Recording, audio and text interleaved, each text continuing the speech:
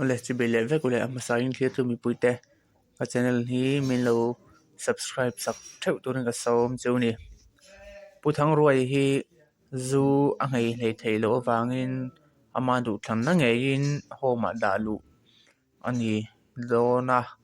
zo inspiration lampang ten an buai puyan fak om khop mai ani pon nun thatak neya hom ron chu asana nun phumpa ngai tak ane nge kam be sei ni a video to te lo khirang anh thấy cho tôi hay vợ mày à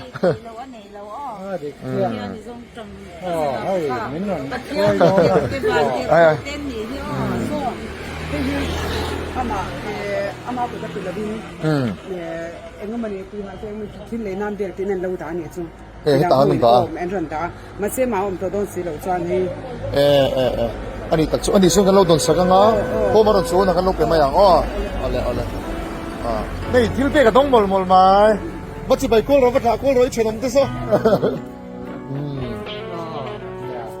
lúc đó mà sống dễ lắm à cha đây mình đang suốt tu ra ngay à bắt thì anh đi sinh khác đang làm gì đâu này nè cái rồi lẽ cái tông lẽ cái muốn tiền không phải trả đồn hết phải đồn nè hay muốn tiền được xe đồn sao này chứ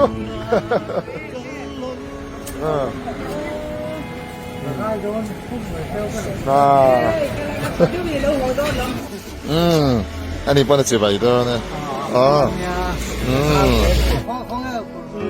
mà chú hồ mong chỉ đó nè du lịch tiếng ai mà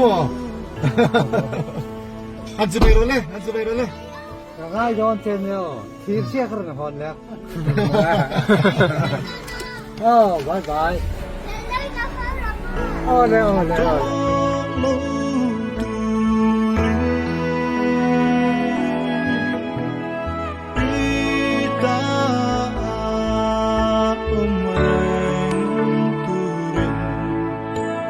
Love